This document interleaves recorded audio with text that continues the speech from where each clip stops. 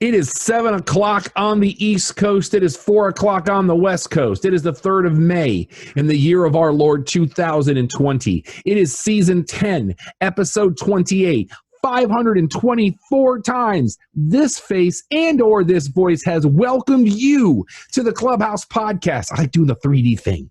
We are your one-stop shop for all things pop culture. We're so glad that you're here. We welcome you, whether it's your first time or whether it's your 524th time. We're happy that you're here. My name is Rob. I am the executive producer of the Clubhouse Podcast. And yeah, hair's getting a little wispy. I think I've almost got a full curl going on in the back at this point, but I'm holding strong. I'm only going to let a professional cut my hair when I can do it legally because I like to be a rule follower sometimes.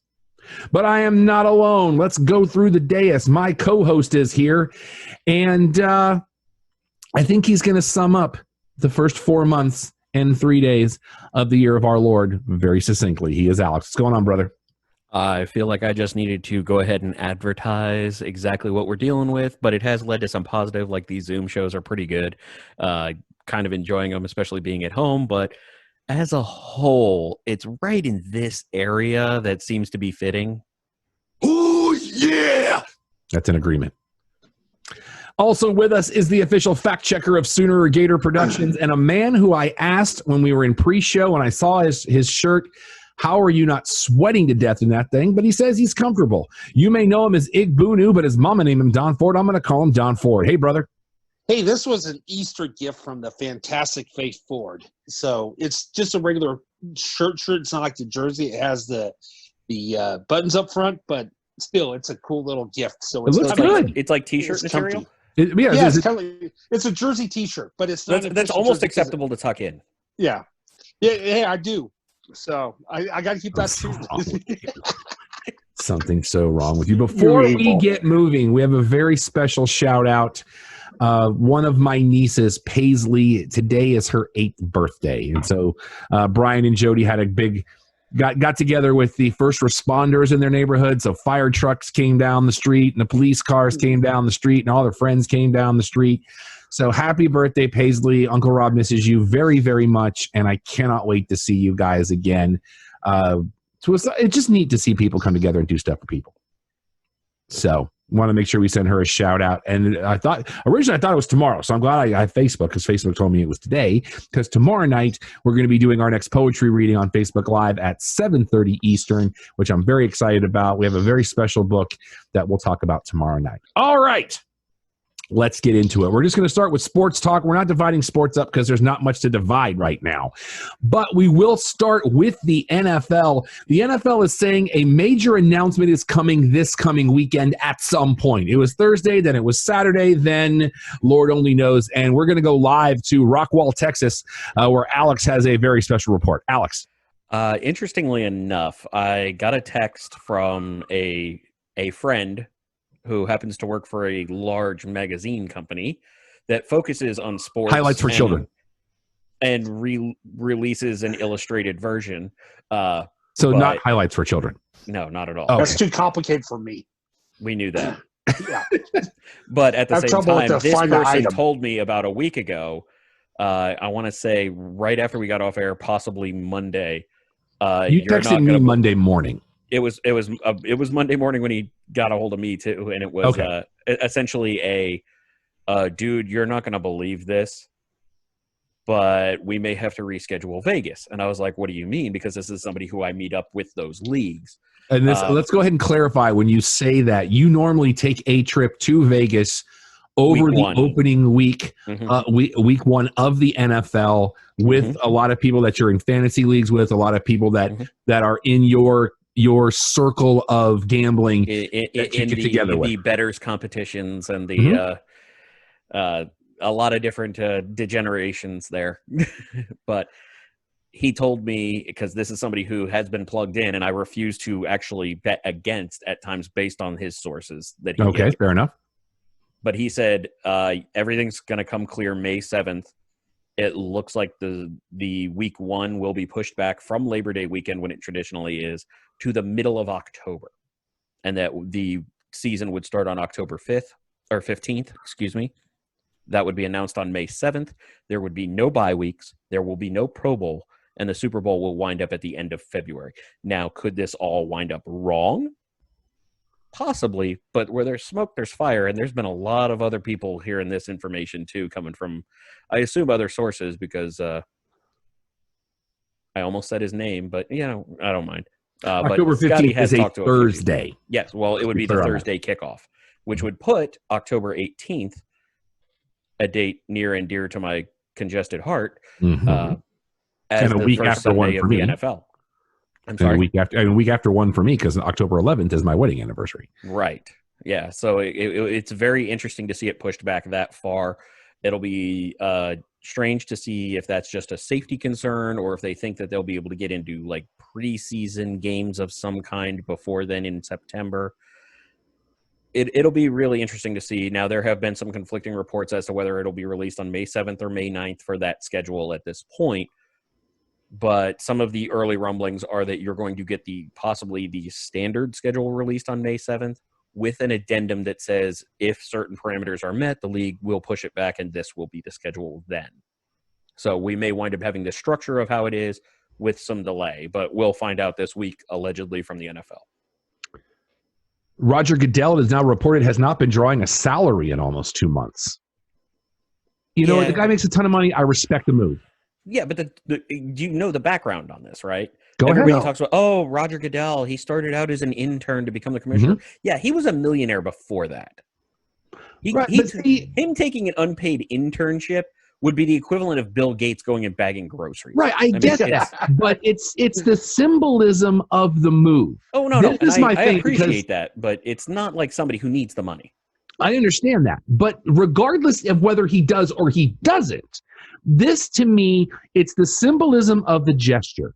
This week, we all three of us, for those of you that don't know, if you're joining us for the first time or you've just not really cared enough, the three of us all live in the Dallas-Fort Worth area. We all live in Texas. Texas was in the news this week as being one of the states that started to reopen on Friday.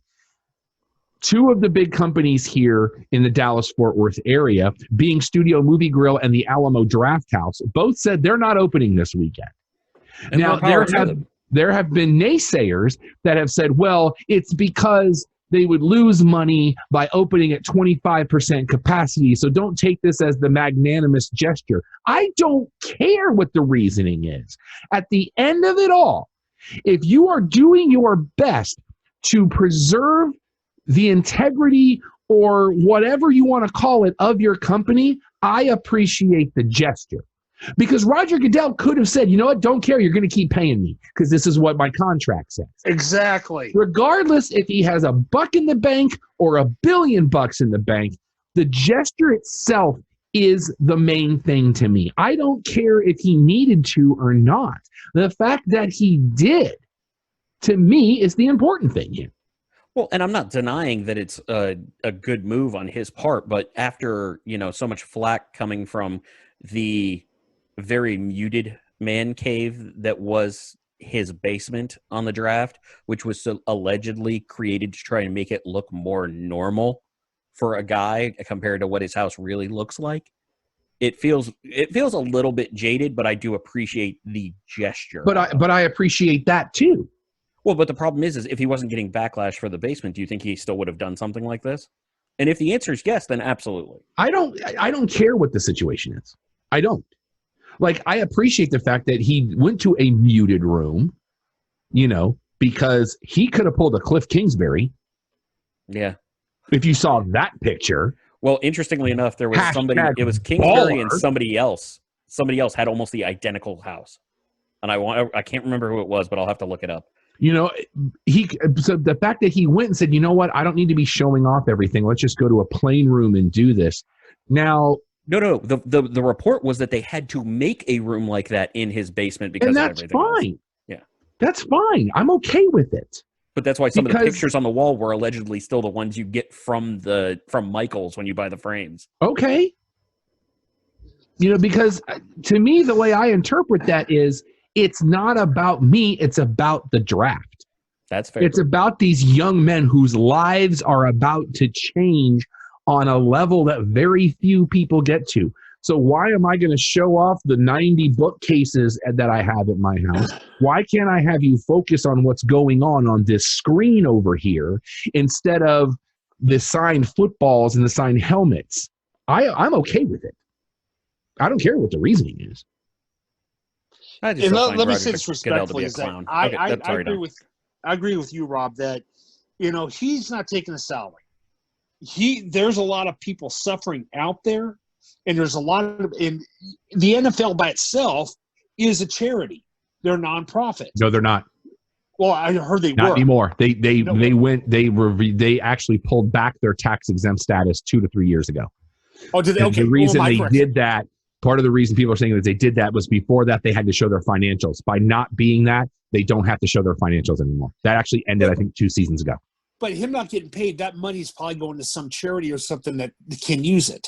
I guarantee you. Probably. I can neither confirm nor deny that. And but regardless, he's still saying, hey, these people aren't getting paid. I'm not getting paid. And I think all CEOs of these major corporations out there who are laying off people left and right. But some of them are. Yeah. And some of them are. Yeah, but some of these people that are getting paid while they're laying people left and right and they're getting their usual salary instead of like a half salary or something, forget them. Those people are like, I could care less about you, but these people like Goodell, no matter the intent, he's still saying, these people aren't getting paid, neither am I. Thank you. Alex. The NFL actually gave up their tax-exempt status in 2015. Nobody actually knew about it until President Trump threatened to end their massive tax breaks a couple of years ago. And they went, hey, here's the thing. The NFL came out and went like, we don't have any tax breaks, and it's been 4 years. Okay, so let's go ahead and put Jameis Winston, now a Saint for a year. So New Orleans, you may want to if you have a Publix, put them on notice. How dare you, sir? My favorite stat of the week is that Jameis Winston has completed passes to more New Orleans Saints than Taysom Hill has. Ooh, 10-7. And that is true. You can look it up. Jameis Winston put it out on Twitter himself. I think this is a good move for him. Did you hear the horrifying thing when they said, how do you feel about this? And he said, I'm going to learn the other side of the offense. And now that I can, see street signs and license plates. Oh, yeah, because he got the license. Sorry, what? Yeah. The man was driving and couldn't see that. And now, obviously, hypocritical because I was in the same boat before these. But the fact that he couldn't But you weren't a bajillionaire either. Well, that's also fair. But at the same time, I think that he has a huge possibility to make a roaring comeback at some point now that he can actually, I don't know, see the defense's uniforms. Well, here's my thing. What I don't want is I don't want people to hold him to the same standard as Teddy Bridgewater. Because I believe that Teddy Bridgewater is a better quarterback, but I don't want people to think that this is the same. They're going to be the same exact thing that happened with Teddy Bridgewater. Teddy Bridgewater was already good before he ended up going in to play for Drew Brees when Drew Brees was out injured.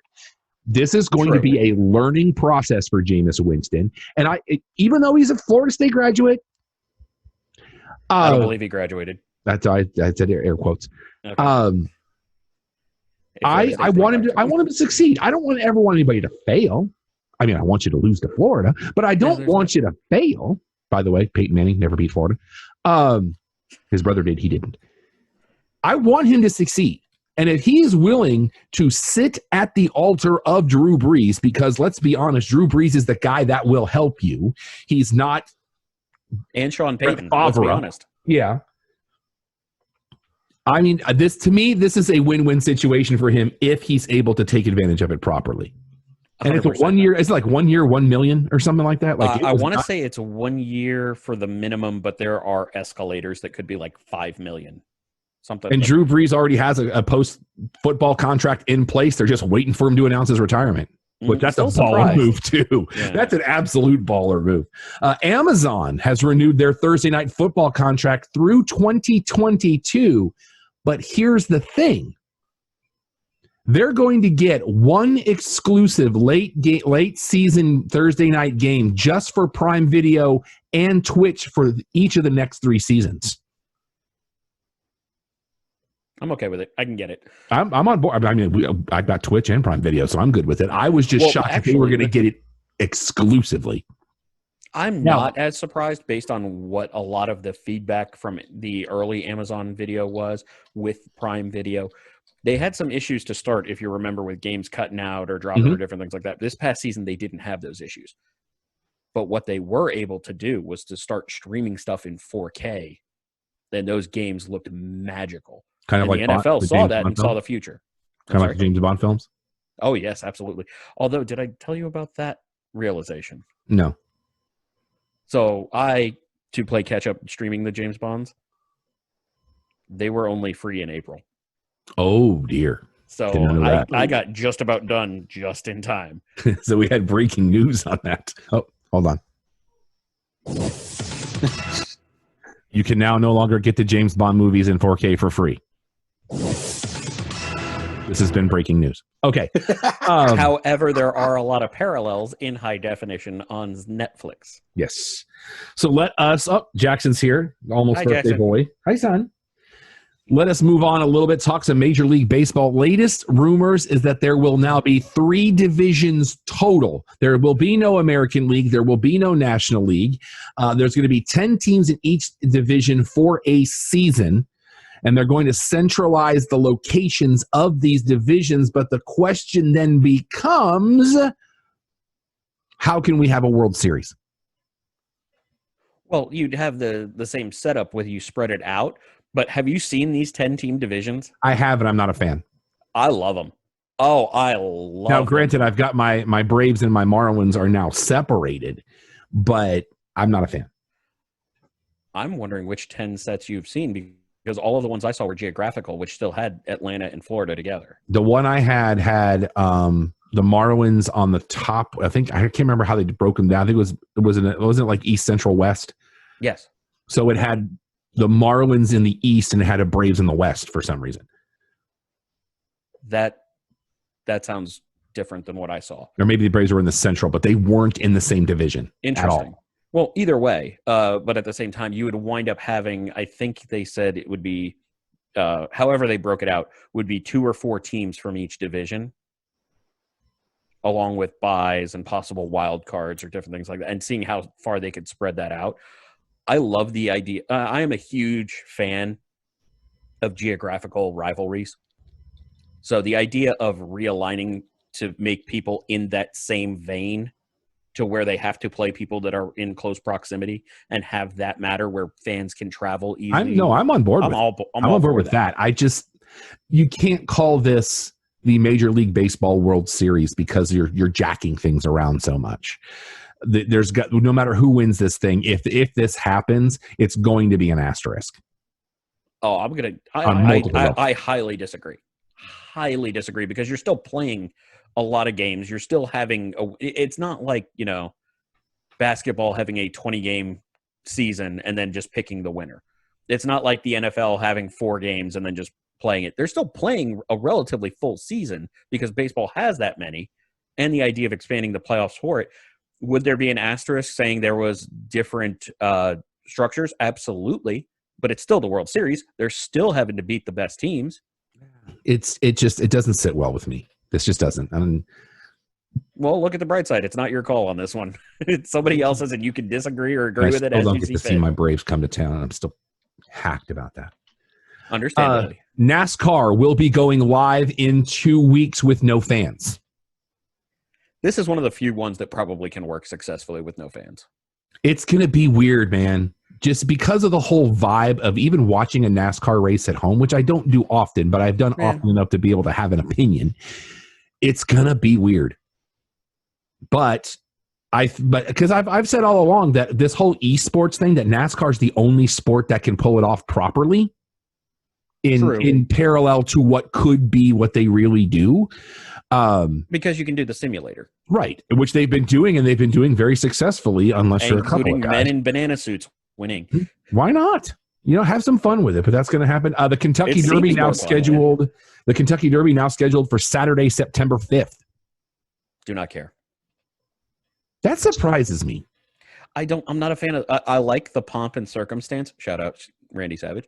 I like the pomp and circumstance and the and the community of it. I don't like horse racing. I am not a fan of horse racing. I don't mind it. I've always said it's the second fastest way to lose your money behind blackjack, but unless you count war, I can't believe you can play war in a casino. Like that's just. And you know what's really crazy? There is a game that falls between those. War is the fastest. Baccarat is the second fastest. Then blackjack. Then here's what I know about Baccarat. Bean to the bone. That's all I know. That's what they say in the James Bond movies. Bonk. I went to Vegas for my dad's renewal ceremony with my vow stepmom. renewals. Yep, and the great Murray was with me and all that stuff. True story. Casino war. I lost over 30 hands of casino war in a row. That doesn't because it's war. No. You don't play I want, you're glossing over. Rob, you're glossing over the fact that he said 30, which means he kept playing. That's fair. That's just that's your real headline. It's like a 50-50, but it's just like flipping the coin and getting, tails 30 times in a row or something like that. You do realize half of the games they try to figure out is, number one, how to make money off of people fastest, but number two, make it so that the drunk thinks they know what they're doing. Well, it's just luck of the draw on that one. Vegas wasn't built for you to win. God, Vegas is built on the spines of those that have lost everything. And I will say this, in a different show of ours, you brought up the Westminster Dog Show. That was I did. Yep. That was this week on the Cheap Podcast. That was about 30 minutes ago. The Kentucky Derby is the number one longest running sporting event in this country's history. Mm-hmm. The Westminster is number 2. Now think if it'll preempt Raw. Hey, if the Kentucky Derby gets canceled this year, pretty loose definition of sporting event too. Well, but it's the longest running. It's a competition. It is a competition, but a sporting event. And there are athletic abilities involved, because if you watch Westminster and they do that obstacle course thing, there's no obstacle course on Westminster. Yes, there is. No, there is not. Yes, there is. You're going to have to prove this to me. I'm doing it. Let me take care of it. But that is the second longest running. But the thing is, if the Kentucky Derby gets canceled, the longest running sporting event in this country will be Westminster, because they had it right before in February before the outbreak. Because the obstacle course thing they do are like on Saturday. You're talking about Sunday, the longest running uninterrupted, Dom. And then they do like the dogs on Monday, Tuesday. The Kentucky Derby has been like 150 years in a row, and the Westminster is like 10 years less than that. So when they did the first Kentucky Derby every year, like 5 to 10 years after that, the Westminster started. It's been every year. Both of those have been every year. Not even World War II. Nothing has stopped those shows. The Kentucky Derby or 146th would be this year. Okay, yeah, whatever. But I mean, yeah. No. I'm just confirming. But didn't Kentucky at least get moved in 45? I don't know.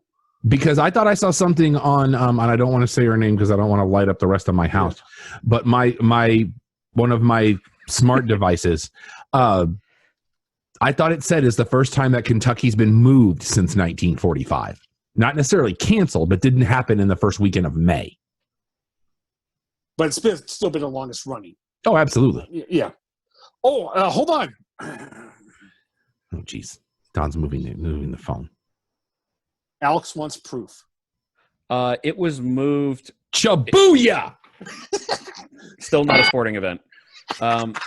It was moved in 1945 from May 5th to June 9th. Okay, that's what. So it has been moved. It's just never been canceled. But it has continued. Correct. All right. Yeah. So let's talk about another home game. That one was won by Hoop Jr. Hey, now. Let's talk a little bit about this proposed idea that the NBA is flirting with. The NFL is looking at it a lot from a much farther distance. One of the things that the NBA has talked about doing is sequestering the teams in somewhere like Walt Disney World or Disneyland and doing the games on campus. So I was listening to McAfee and Hawk, as I do 3 times a week, Tuesday, Thursday, Friday, when they play on McAfee's podcast. And you can watch actually the McAfee and Hawk Sports Talk Show if you'd like to. It is available on YouTube. Pat McAfee, who hashtag McAfee for Monday Night Football, now becoming a thing again. So I'm very excited. I hope they hire him. If you'd like more information on that, you can check out the Clubhouse podcast on Facebook. We did post the article. Yes, we did, because Alex is on top of it. So AJ Hawk was saying part of the problems that you're going to have with that is these guys that are going to want to sneak away and maybe a little bit of or whatever. They're going to want to Sean Kemp this thing. Correct. I don't think that, to me, that's a non-issue, because if I had been listening live, I would have called in and said to AJ Hawk, have you ever been to Walt Disney World? Now, Anaheim's a little bit different because Anaheim is structured differently. I think your margin for error in Anaheim is going to be a lot bigger than your margin for error is going to be in Lake Buena Vista, because nobody does lockdown better than Disney. Nobody, except the prison system.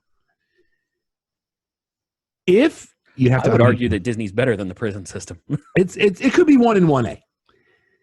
But here's the thing. Disney can pull this off. Disney World, Orlando can pull. If they're staying in Orlando proper, then you're dealing with it all. But if you're putting them on Disney campus, you can pull this off. The players won't like it because they're not going to be able to go anywhere. But everything that they have outside of the is going to be right there on grounds. You know, I think it was McAfee brought up, well, you can just helicopter somebody in there. No, you can't. Disney is a no-fly zone. You can't fly a plane. You can't fly a drone over Disney without an almost literal act of Congress to get that done. So the amount of work you would have to put into that to sneak somebody into the thing and then sneak them back out it's not equitable. Now, if you're going to do this and entice the players by saying, hey, the park will be open, if I'm Disney, I'm telling the NBA, we'll do that. But you're cutting the check for our operating costs. Because we've got enough money without loans to get us through at least the end of July, and we just got approved for another $7 billion or something line of credit. Yeah. So we're going to be okay. But I believe that, at least from an Orlando standpoint, this is doable. Anaheim might be a bit of a different animal on multiple levels. California being California. I think this is doable. I just don't know if I need it. Because then you have to answer the questions, will they be able to bring their family? What defines family? How long are they going to be there? Things of that nature. Because once you're in, to me, the way this is going to work, once you're in until the season's over, and then everybody leaves at the same time. Because you can't do, well, you're out of the playoffs, you can go home. No. We are locking this down until it's over. Gentlemen, any thoughts? I'd be very curious to see how it works. I much like you, think that this would work perfectly with Disney because of their availability. And even if you wanted to say, I don't know, use tunnels that aren't commonly known for the Disney parks, it would make it a lot easier. Oh, they're commonly known. You can tour them. But what I'm saying is that's not everybody knows that. You and I grew up in Florida. We know that. Key to the Kingdom tour, baby. Exactly.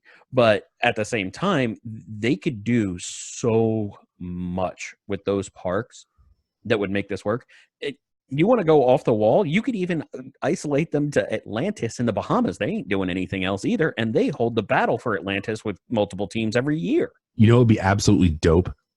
They put a court in front of the castle, and that's where you do the finals. I am the genius. Yeah, we're gonna need that. Do that. You know what the worst part about this is? You know what the worst part about this is, though? Nobody listens to us. Not unless we have bad ideas we're making fun of and they think we're serious. Oh, we know people watch the show. We know we have. I know, but that's one of those good ideas that they never listen to. Is that a thing? Is that a thing? Circumstantial proof? Did I just completely? I don't know.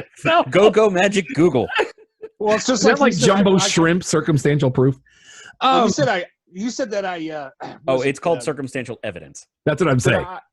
I put the logo of the Buck Nakedness. I have my own thing on that one. My own. So I mean, well, you know how you have a logo for Buck Nakedness? No, you said I had that. Those were your words. No, okay. So I should. You said when I did that one review of the Midsummer, and I talked about the Buck Nakedness, and I said you should put a copyright or whatever for that term. And you should do a copyright for that term also. Trademark it. That's it. I want to it's already known as circumstantial evidence. But I want to show circumstantial proof because I don't think that's actually a thing because that sounds like two things you can't do. So we'll just move on. But I think it can work. But yeah, I like the idea. Do the finals. Oh, that would be. Or if you can't do the finals, either in front of the castle or in front of Spaceship Earth, because that would look awesome too. In front of the globe. Yeah, in front of the golf ball. That's for those that don't know what we're talking about or laughing at, we're talking about Epcot Center. Yep. The Spaceship Earth is what we call God's golf ball. All right. So let's get into some entertainment talk because we've been doing this now for 32 minutes, if you can believe it. Big news for Special Victims Unit. We talked a couple of weeks ago how Chris Malone is coming back to do his own spinoff show that will deal with him leading a unit in the NYPD's mob unit. But in order to do so, he will be on the season premiere of SVU this fall. For the season premiere of season 22, Stabler will be back to set up the spinoff. I'm very excited about this. I might almost watch it. Well, but here's your other aspect of that. Is this a big thing that came about because of how successful Happy was with him on FX? No, I don't think that has anything to do with it. Well, we all know what Chris Malone can do. But at the same time, there was this aspect with him doing more over-the-top stuff with Happy that was phenomenal. Because he's an amazing actor. I mean, if you want more proof of that, just go watch Wet Hot American Summer. Not a great movie, but he's amazing in it. Fair enough. I'm not one of these guys that like. He'll always be Casey Jones to me. That I'm gonna slurp Wet Hot American Summer. It's not a good movie. It's very boring. I stand by my statement. I'm sorry, I missed it. He'll always be Casey Jones to me. Oh God, that wasn't him. I thought it was. That was Elias Koteas, if I'm not mistaken. I always confuse those two. Non-check that. Who played? No, it is Elias Koteas, but I always confuse those two. That's not Chris Malone. Well, it's in my mind. Elias Koteas, Stephen Amell. There's the list. That's fair. The Parks and Rec reunion special that happened Thursday night, they did it as a fundraiser for Feeding America. They raised $2.8 million. Wow. So congratulations to Leslie Knope and the kids over at Parks and Rec. That was a good show. I liked it. I've been a fan of that show. And did you watch the reunion special on Thursday night, Don? The Parks and Rec? Mm-hmm. Yeah, I watched the whole thing. It was great. It was a good, because apparently it was one big Zoom call. Yeah, it was. But how they had different characters, and even Tammy 2 showed up. The whole thing. Oh my! Yeah. Between Parks and Rec and The Office, those are the two that would work best on a Zoom call. Like, how bad do you feel that we're not getting an Office episode about this? If that happens, just put all the record books down. I'm telling you now. Oh, absolutely. I would try to find a way to buy stock in whatever is handling that, just because I know it would be gold. And you know what? I wouldn't be surprised if it happens. Especially now that Parks and Rec has done it and they raised $3 million. I feel like Carell's at his house going, challenge accepted. Hey, do you have that spoiler? 3. Oh, hold on. I got to get that page up. Hold on. This isn't like what we have in the other studio. I think it's Krasinski that would be the bigger pull on that. All right, here you go. Spoiler in 3, 2, 1. One of the coolest things they did was a sing-along of Bye Bye Little Sebastian. No. Oh, yeah. This has been a spoiler. That's. Can't believe you missed it if you're a fan. I never got into Parks and Rec. I started to watch the first couple episodes, and it was just too much like The Office, and I just didn't care. See, and it was good. And I love everybody involved. So it was just, Ron Swanson, I mean, regardless, enough said. Don, you are a horror movie guy. Yeah. HBO is going to be doing a Hellraiser series. Oh, really? I saw this. And it's David Gordon Green, the guy that's done the latest Halloween films. He's going to direct the early episodes.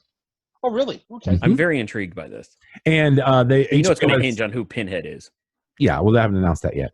Yeah. They have renewed Insecure for season 5. I didn't realize they've done 4 seasons of that show already. I've literally never heard anything on it except for the fact that it pops up around other stuff I watch. Mm-hmm. Tonight is the season finale of Westworld. So, okay, you want my honest? Because I said I had to watch season 2 to catch up to season 3. I didn't make it through the first episode. I passed out.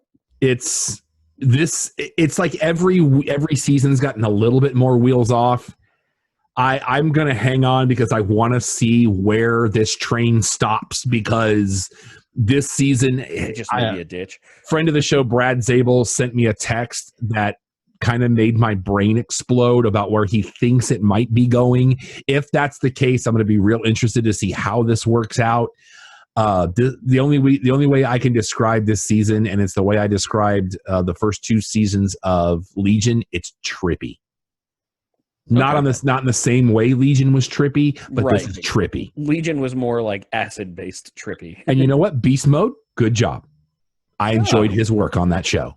He's been, I think, 3 of the 7 episodes he was in. Everybody has always said working with him is great. It's like when he started popping up in other stuff, they were like, he's so much better than you expect him to be. Well, it's the role he plays, it's like he knows the lane and he knows how to stay in the lane.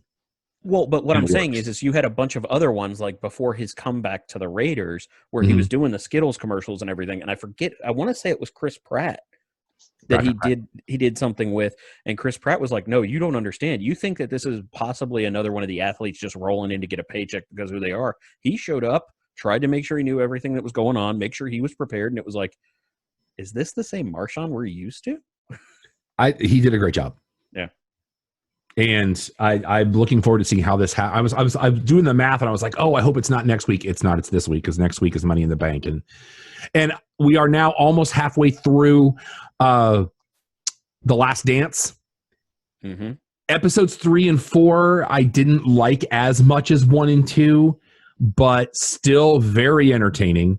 The way episode 3 ends to lead into episode 4 was kind of neat. It ends with Rodman leaving for his vacation. Well, I will also say I'm not going to make it. You're not going to make it? I'm not going to make it to binge. I'm going to start watching them. Good. I will tell you that there is one piece of it because, we mentioned this last week, and Alex, I will tell you, once you start watching, I need you to go and download the after shows with Jalen and Jacoby on the 30 for 30 podcast feed, because it's really interesting the way they're doing it. None of the post shows are longer than 30 minutes, but it starts with Jalen Rose talking about his experience during that time. And then the second half of it is the director comes on and he talks about certain aspects of the episode, especially when it comes to the music. And this is something I thought really interesting, and I'm going to go ahead and tell this, and you're going to hear this in the podcast. But he said that the problem that they had with a lot of the music, especially some of the more deeper hip hop songs, is you have to get clearance. If there's a sample, you got to get a clearance not only from the people that did that song, but the people in the song that they sampled. So there was an Ice Cube song they wanted to get and they couldn't get because there were at least 48 different people they had to get clearance from. And they said there's probably more, but they can't identify all of the samples in the song to get it cleared out so they can find it. Because what will happen is they'll air it and then somebody will sue and say that's part of that was my song. So it looks like we have some breaking news. We go live to Rockwall, Texas. Alex has breaking news. The NFL has announced that by May 9th, they will announce their schedule with a September 10th start. September 10th now. Wow. So we're getting started right after Labor Day.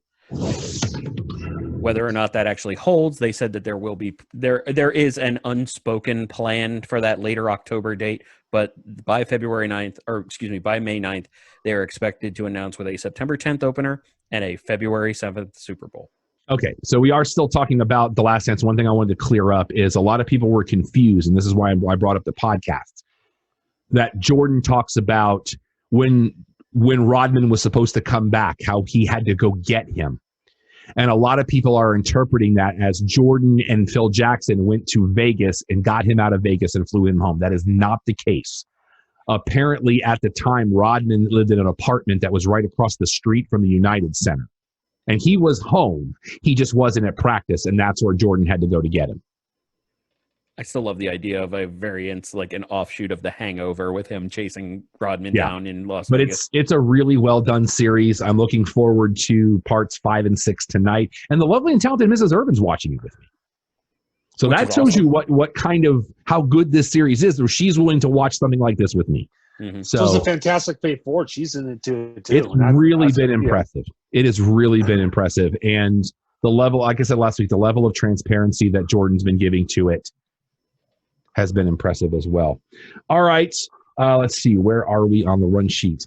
Interesting news coming out of NBC this week. We got the announcement of season 2 of the Titan Games that will debut with a 2-hour special on May 25th. Hey, Don, guess what day of the week May 25th is? Tuesday? Back it up a day, brother. Monday. And guess what time? 7 Central. Head-to-head with Raw on Memorial Day. What's that again? Taking the head-to-head? With Raw on Memorial Day. Who is? Titan? The Rock. Titan Games, hosted by The Rock. Okay, Titan Games. Okay. I think he's so. This is going to be interesting to see what happens. No, Don. Yeah. Raw is struggling. The Rock and NBC are going head-to-head with another property that they have.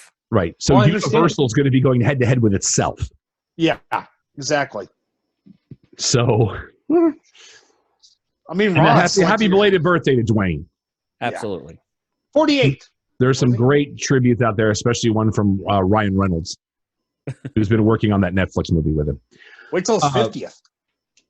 Oh. Speaking of that, my 50th is coming up. What you guys going to do for me?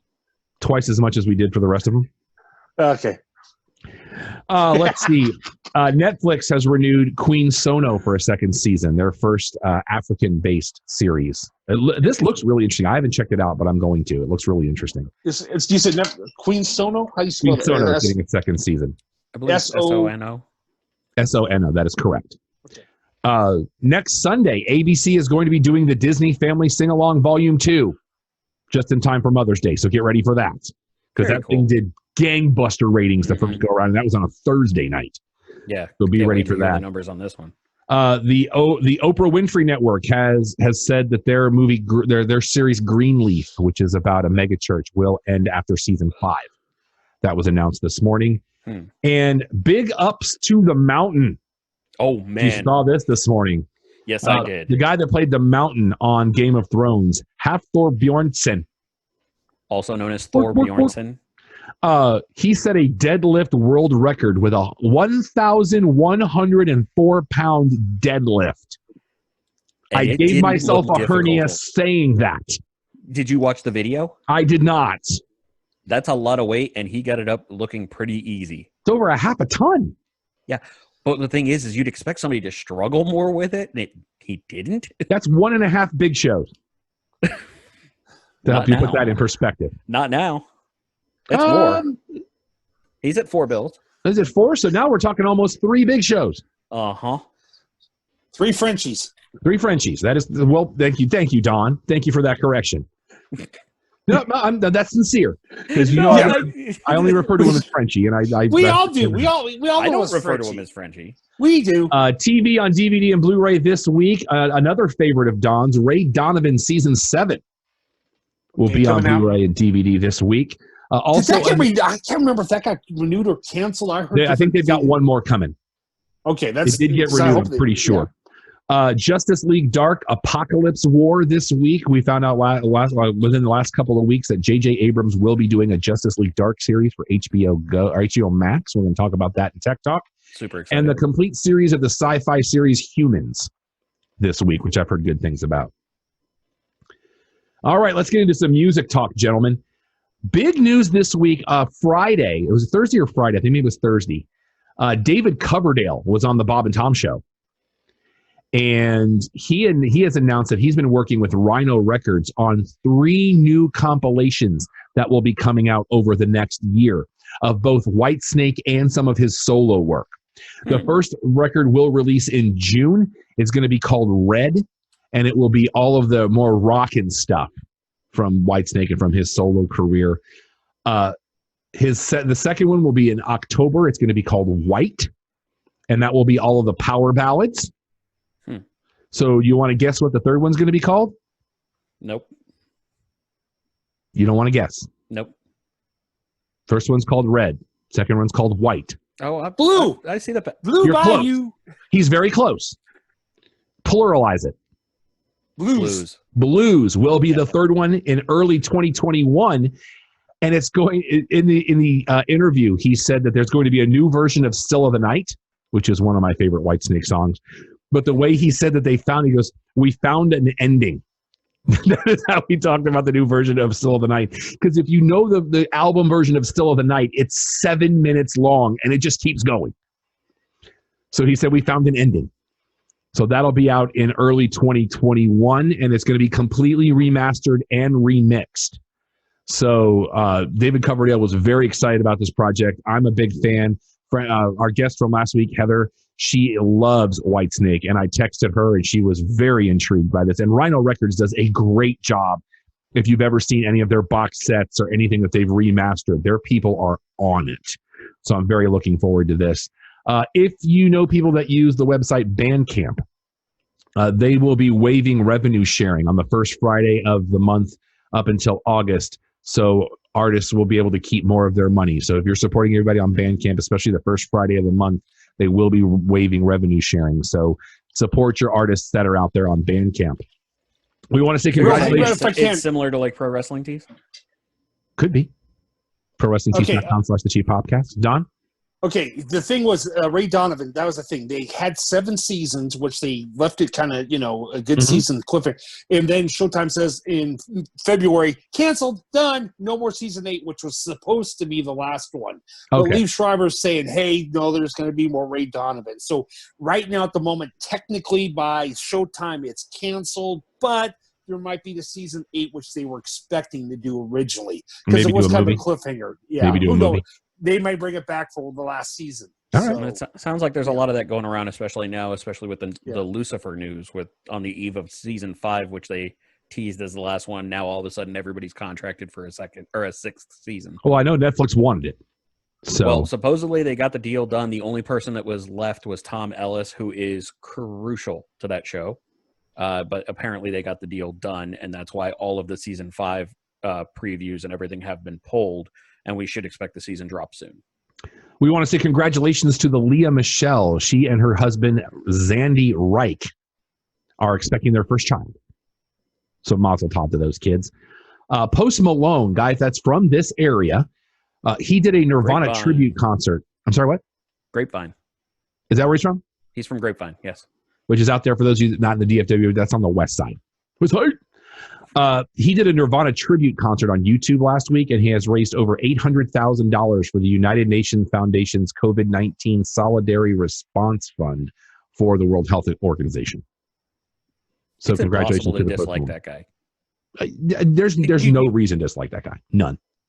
I mean, you could judge the face tattoos or anything, but everything he does is just basically, I don't want to say genuine, that's the wrong way, but it's that nice guy who just sometimes doesn't know what he's doing.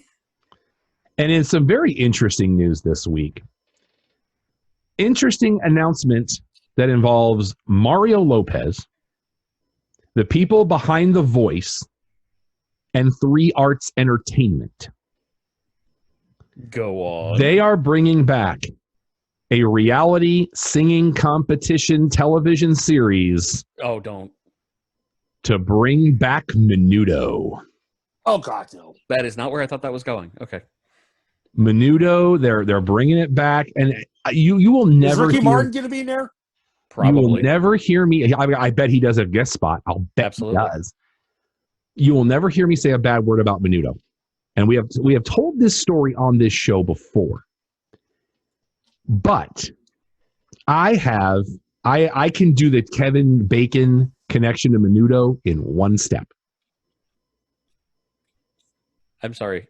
What? I can. When I worked for a company called Incredible Universe in the mid-90s, For those of you that don't know, Incredible Universe was a retail electronics store that was part store, part amusement park. Like, it was nuts. I actually was a DJ and host and worked and ran their karaoke studio in 2 of their stores, if that tells you anything. And that's actually where my karaoke career started in the mid-90s. My boss, when I worked in the Hollywood, Florida show, which is now a Home Depot or it's either a Home Depot or it's a Dave & Buster's. It's right there at Sterling and 95, Alex. I think that's a BrandsMart now. Southeast corner. No, if it was a BrandsMart, that would probably be a Circuit City. That's what they did with I couldn't tell you right now. BrandsMart was, I know there was a BrandsMart at Grapevine Mills. Tangent. My boss at that show was one of the original members of Menudo. His name was Carlos, and he taught. And you had a nickname, which was your hero name, because everybody was the hero of the universe. They stole a lot from Disney. His hero name was Menudo, and I asked him one day, "Dude, what's up with that?" He goes, "Because I was in Menudo," and I went, "Nope, don't believe you." I was expecting the brakes on that one. The next day, one of the young ladies that worked in the child care, because there was a place where you could leave your kid for up to an hour while you shopped. We called it the Kid Zone. She brought the very first Menudo record on vinyl to work, and there was Carlos right there, bigger than crap. And I was like, okay, I've got to know, like, why are you here? And he was like, honestly, when I aged out, because the thing about Menudo is once you turned 18, you were done. You had to leave the group. He's like, once I aged out, he's like, I got offers to do work behind the scenes, do a solo career. He's like, I loved my memories so much of being in that group. I didn't want to ruin them, so I just got out of the business. Was it Carlos Melendez? Yep, that was him. He was there from ages 12 to 15. Yep. And he said, I liked my memories, and I got out. He was one of the original 5. Yep. And there's been 17 members at least. That is a baller move, and I respect it. 17 members at least. Yeah, because you couldn't be past a certain age and still be in the group. They just replaced you. And they were everywhere. They had a cartoon series. 16. They have to turn after 16. turning That's right. 16. 16. Yeah. So it's coming back. Get ready.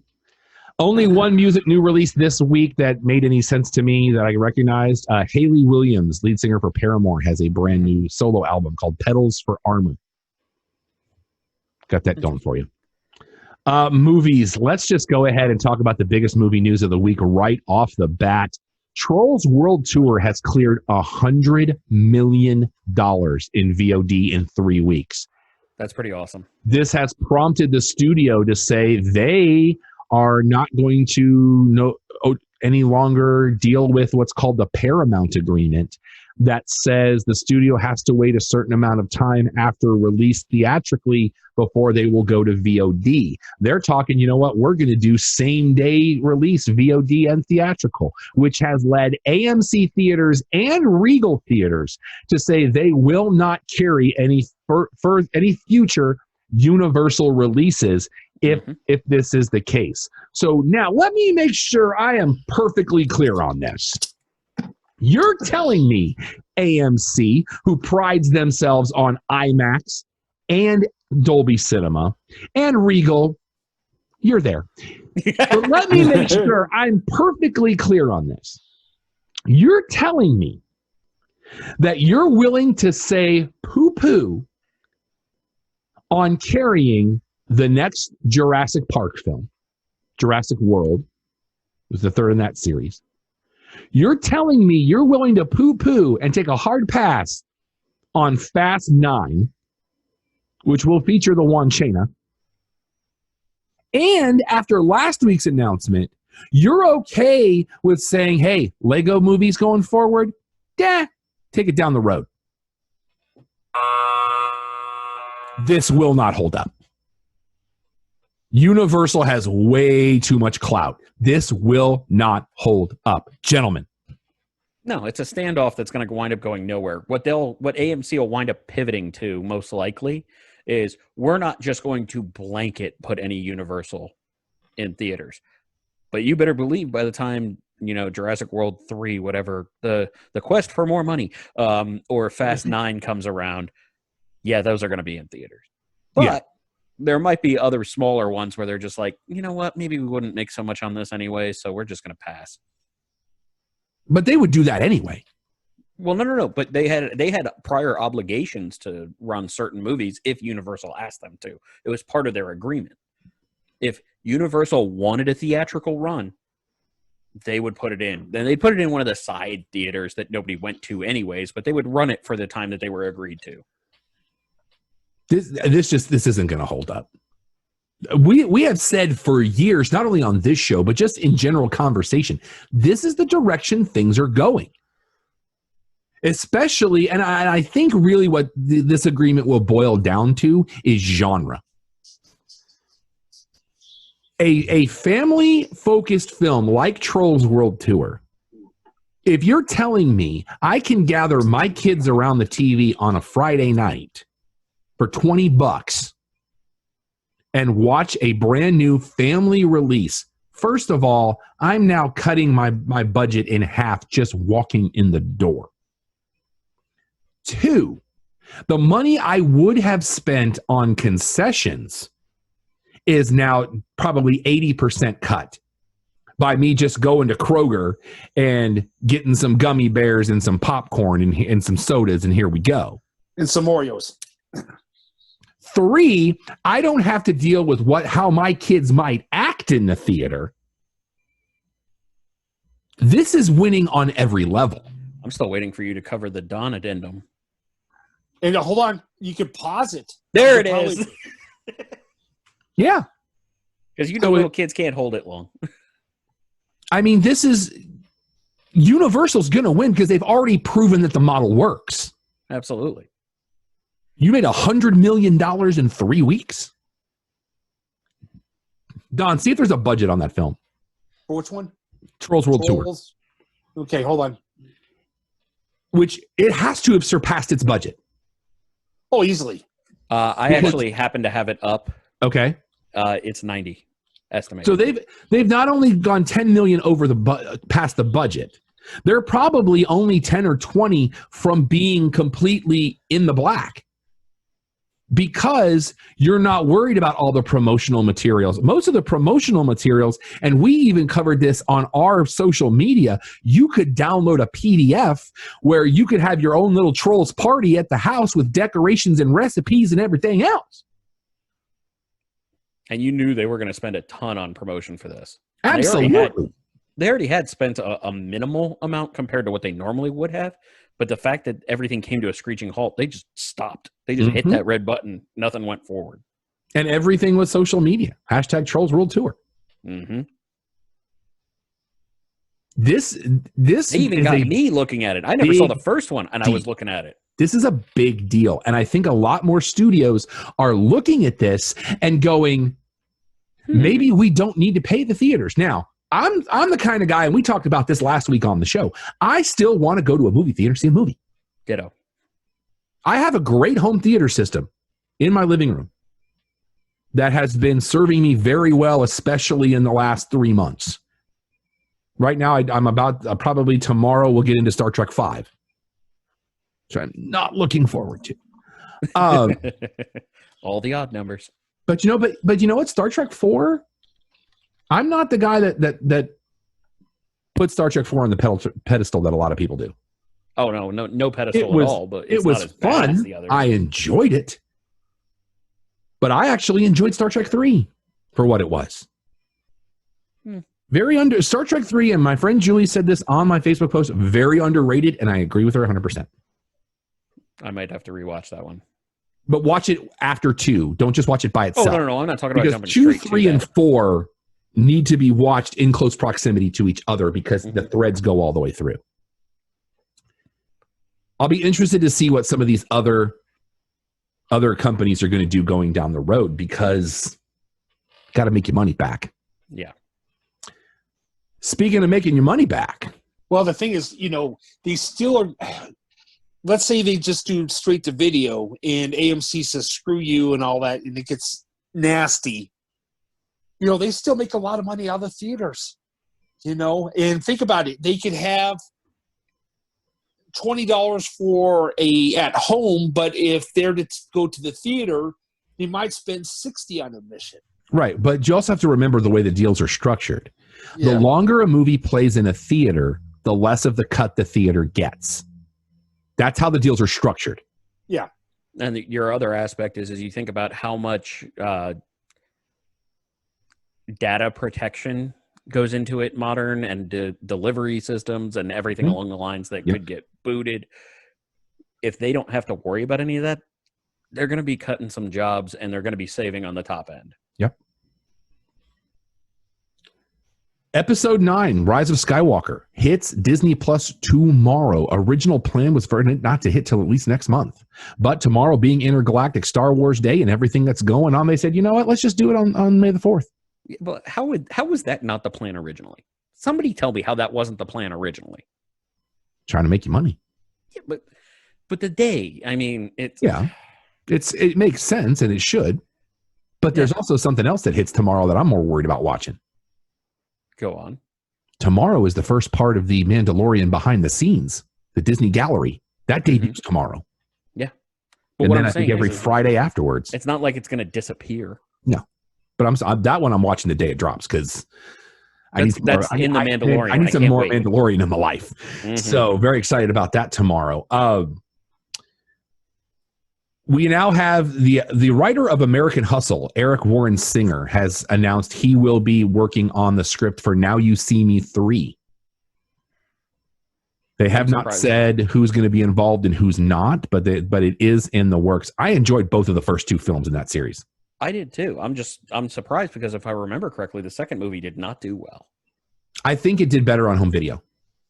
Okay. That also feels like that could have been an international one.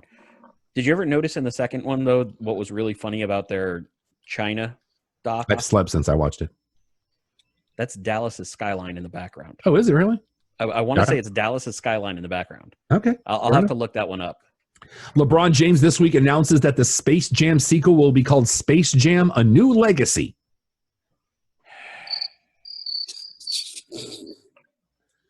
The only thing that man has done that's interesting lately is getting a Twitter spat with Shaq. Alex, I got to do a quick correction. Menudo had over 30 members. Okay, fair enough. Sorry. No problem. Alex, did you see the announcement for this week's episode of HDTGM? I did not. The next movie they will be watching, speaking of animated and live action interaction, will be Cool World. See, and real quick, it was China. Okay.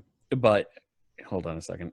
I'll just leave that. But no, there's a soft spot in my heart for Cool World. But I can't wait to hear them talk about it. But speaking 100%. Of that show, the other show that Paul Scheer does, Unspooled, they've been doing extra bonus episodes on YouTube where they've been taking other movies that aren't on the AF Top 50. They did Big, they did Clueless, and this past week they did, for the 30th anniversary of its release, they did House Party. And you know how I feel about that film. So I tuned in for all hour and a half of it yesterday. Oh, I was very disappointed. When the movies are good. I love that movie. Well, they had Reginald Hudlin on, and that interview was really interesting because there's a lot of things I didn't know. Like he did a short film of House Party as his thesis film at Harvard, which is what led to... That might be my favorite sentence that has ever been said on this stage. So he went and got that, and that's when they got the clearance to go do the movie, and then they went to Sundance and everything else. Okay. Originally, are you ready for me to share my screen real quick? Yeah, please do. All right. Now, all three of us are going to show up on the screen when Alex shares his screen, so everybody be aware of it.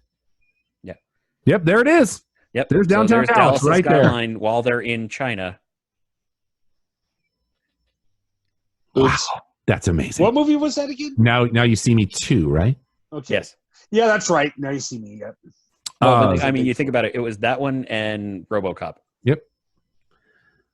But originally they went to DJ Jazzy Jeff and the Fresh Prince, who turned it down. Yeah. But after Reginald Hudlin, they interviewed Kid. Of course. I'm a big fan of both kid and play. The only thing I can say about that interview, rolling the doobies. Kid is a big fan of it. He had a picture of the Mona Lisa holding a joint behind him. He was very sweaty. He was very pale, and there was a lot of stream of consciousness going on. Technically, he's always been really pale, so. But I mean, more than normal.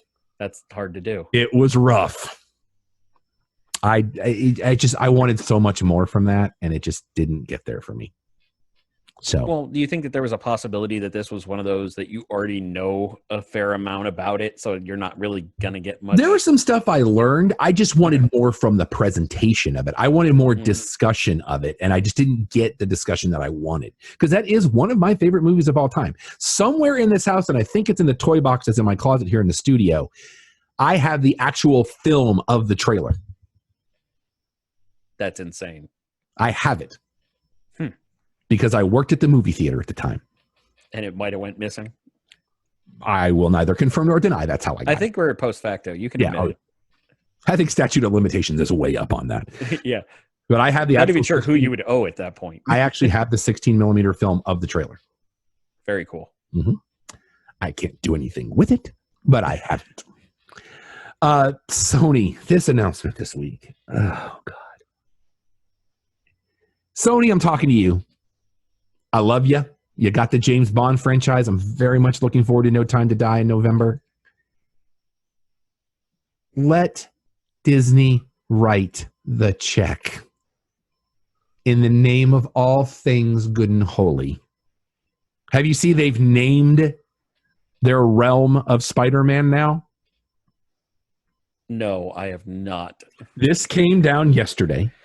Well, they can't say Spider-Verse, can they? It's called the Spider-Man universe of characters.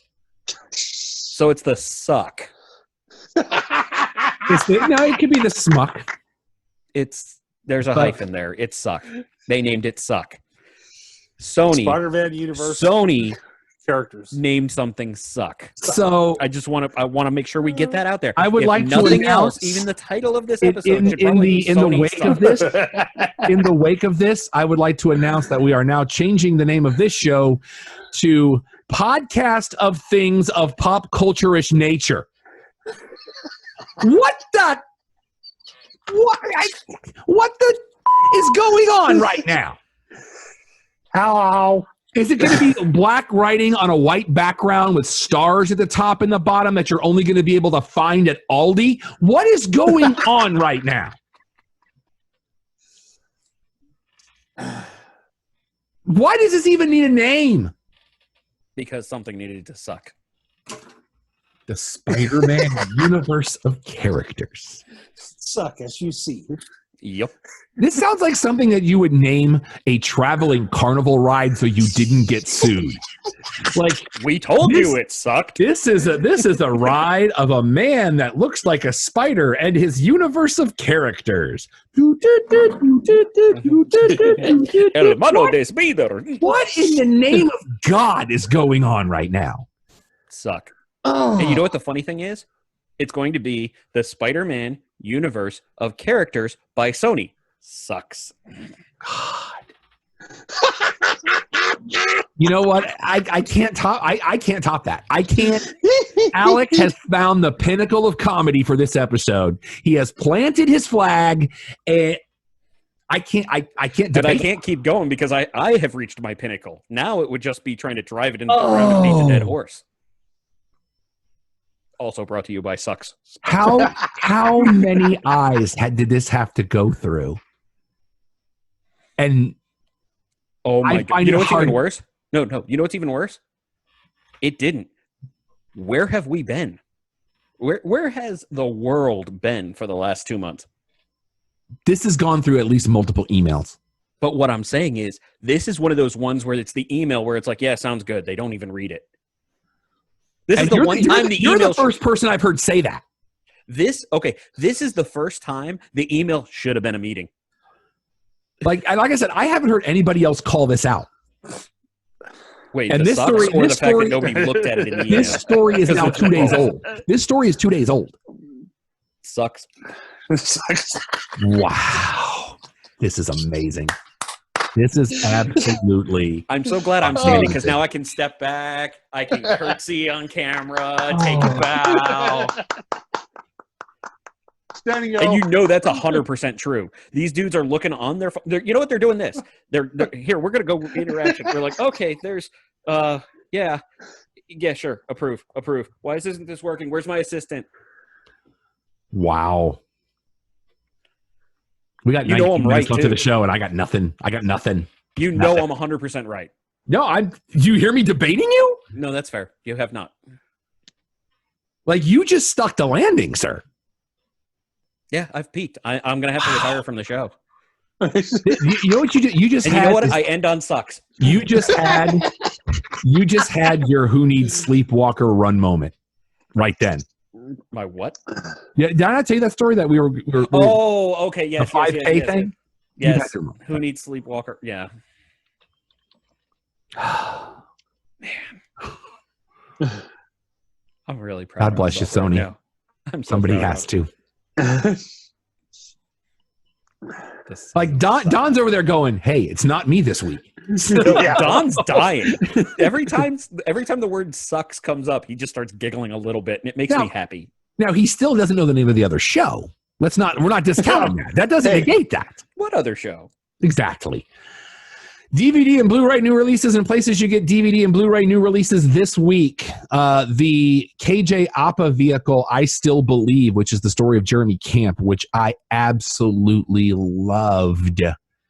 Go watch this movie this week. It is so much more than a faith-based film. It's a beautiful film. Gary Sinise is in it. The great Shania Twain plays his mom in this. Shania Twain and Gary Sinise playing your parents, you're going to have a good day. I'm just saying. But a great could also movie. Be the best sequel to Forrest Gump ever.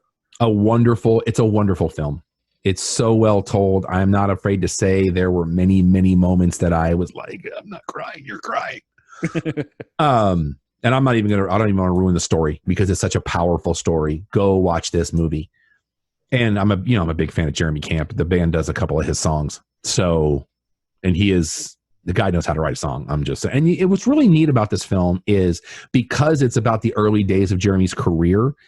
I would love that. He's one of those. If I could do a spotlight episode with him, it'd be a great day. You get to hear early versions of his songs as he's writing them, and KJ Apa does all of his own singing. I've actually got the soundtrack. I download the soundtrack. Oh, that's a ringing endorsement. I have it in my phone right now. A Dog's Courage. This is an animated film it was a Japanese film that was redone for American audiences. And friend of the show, Brian Massey, has a good buddy of his in it. So I wanted to make sure we plug that. The Jesus Rolls hits DVD and Blu-ray this week. This is the pseudo sequel to The Big Lebowski. No, it's not a pseudo sequel. It's a legit sequel. Well, depends on your definition of sequel. Right. To me, this is more like a spin-off film. Okay, but what I'm saying is it's if you're saying sequel because it's existing in all the same characters, universe, and everything else, it is. But it's not a story continuation. And the Criterion Collection releases Eric Romer's 6 Moral Tales. This is 6 films all in one set. The Bakery Girl of Monceau, Suzanne's Career, My Night at Maud's, La Collectionneuse, Claire's Knee, and Love in the Afternoon. All 6 of those films in one collection from the Criterion Collection this week. A couple of Tech Talk mentions as we're getting close to time here. The Last of Us 2 has a release date. They've announced in the last couple of weeks that there will be a film, and we've got the release date for the sequel game will be released on June 19th. Alex, was this one that you played? Because I know you're the gamer of the bunch. It was not. I heard a lot of good things about it, but it was in that same vein. It was on Sony, but it wasn't on Xbox, so I wasn't in that realm. Oh, that's right. You don't have a PlayStation in your house, do you? I do now. It's a very recent edition, but I've been too busy to turn anything on. Just ask Sean. Apparently, MS Word is now going to be marking you if you double space after a sentence. Apparently, double spacing after the period is now wrong. This is the way I was taught. This is the way we were all taught. But from what I've read and what I've heard, do you know why that was a thing?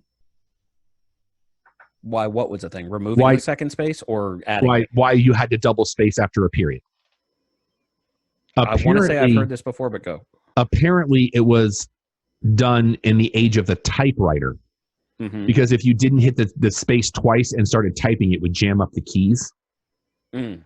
So they just made it a standard that you double spaced after typing. Yeah.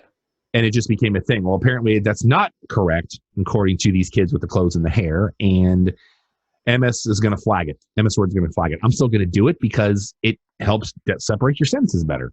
Mm-hmm. I do it on Twitter. I don't care. At me. Is that what the kids are saying? At me? I don't know. But at the same time, this is one of those ones of, it's how I learned it. I don't care. Why does it matter to you? I think it looks nicer that way. Yeah. Just saying. It gives you that pause to breathe. As we know, HBO Max this is the month for the debut of HBO Max. We've got some pricing now. All right, let's do it. If you are an HBO subscriber, you don't have to worry about the pricing. I am also an AT&T Unlimited customer, and I will be getting it for free. So I got that going. Oh, so we're going to get HBO Max for free? Yeah, according to the email I got from AT&T a couple of weeks ago. Sweet. Because I already get HBO Go for free. Well, I'm already qualified to work for Sony. I don't pay attention to my emails. So, yeah, well, you win that. But it will be $14.99 a month if you don't have HBO. Done. Which I like because now we're getting Cinemax stuff too, because I want to watch shows like Black Monday, which Paul Scheer and Don Cheadle are in. I love Black Monday. Things. That's like up there with Billions with me. But if you pay for it for a year, you can save 20%. Which is the right model. Which drops it, I believe, to $11.99 a month if you space it out over 12 months. Right, but at the same time, it's one of those where it's like you should be benefiting from paying ahead.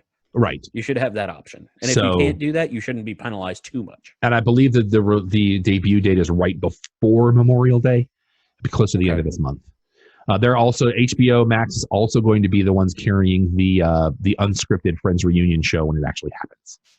Oh, really? Yeah, one of the all-in challenges is you can bid for the opportunity to be their VIP guest when they do the taping. Very cool. So, anything else you guys want to bring up before we wrap this thing up and go about our lives for a few more hours?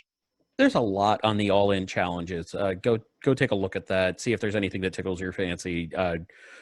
There may or may not have been some money thrown from me in a few different areas, and one of which had a weird ability to make fun of a friend of mine. But at the same time, it's going to a good cause. So make sure you check out the all-in challenges. If you want to help out in a different area, please go to prowrestlingtees.com/thecheappodcast. Yes, order shirts, order shirts. So there's a lot. So buy shirts. Mm-hmm. Don, anything that you want to talk about that we haven't talked about? Oh, Ryan Reynolds, I thought what he did was kind of cool. Is he gave free pizzas to his graduating class? Yes, a lot of really. So we're talking movie talk and stuff. A lot of celebrities doing cool things for kids that are graduating. A lot of graduations this month. I was actually supposed to go to see Phil's middle child, Courtney, graduate next week, and that's not going to happen. So, Courtney, I'm very, very proud of you, kiddo. Completing your degree at A&M. Also, was supposed to go see REO Speedwagon this week, and that's not going to happen either. Which I'm going to need to call Crystal and find out if they're rescheduling or what the deal is with that. All right, let's wrap this thing up, gentlemen. Make sure you bookmark our website, www.theclubhousepodcast.com. Find out everything you need to know and some stuff you don't. You can follow us on social media. Twitter is @ClubhouseShow. Everything else is The Clubhouse Podcast. All three words in that order, or you will wind up somewhere else. We also have decals that you can put on your car, your laptop, or whatever. Just reach out to me on social media or via email, and I'll get you a decal. They look great. Shout out to Wild Rose Branding for getting those done for us.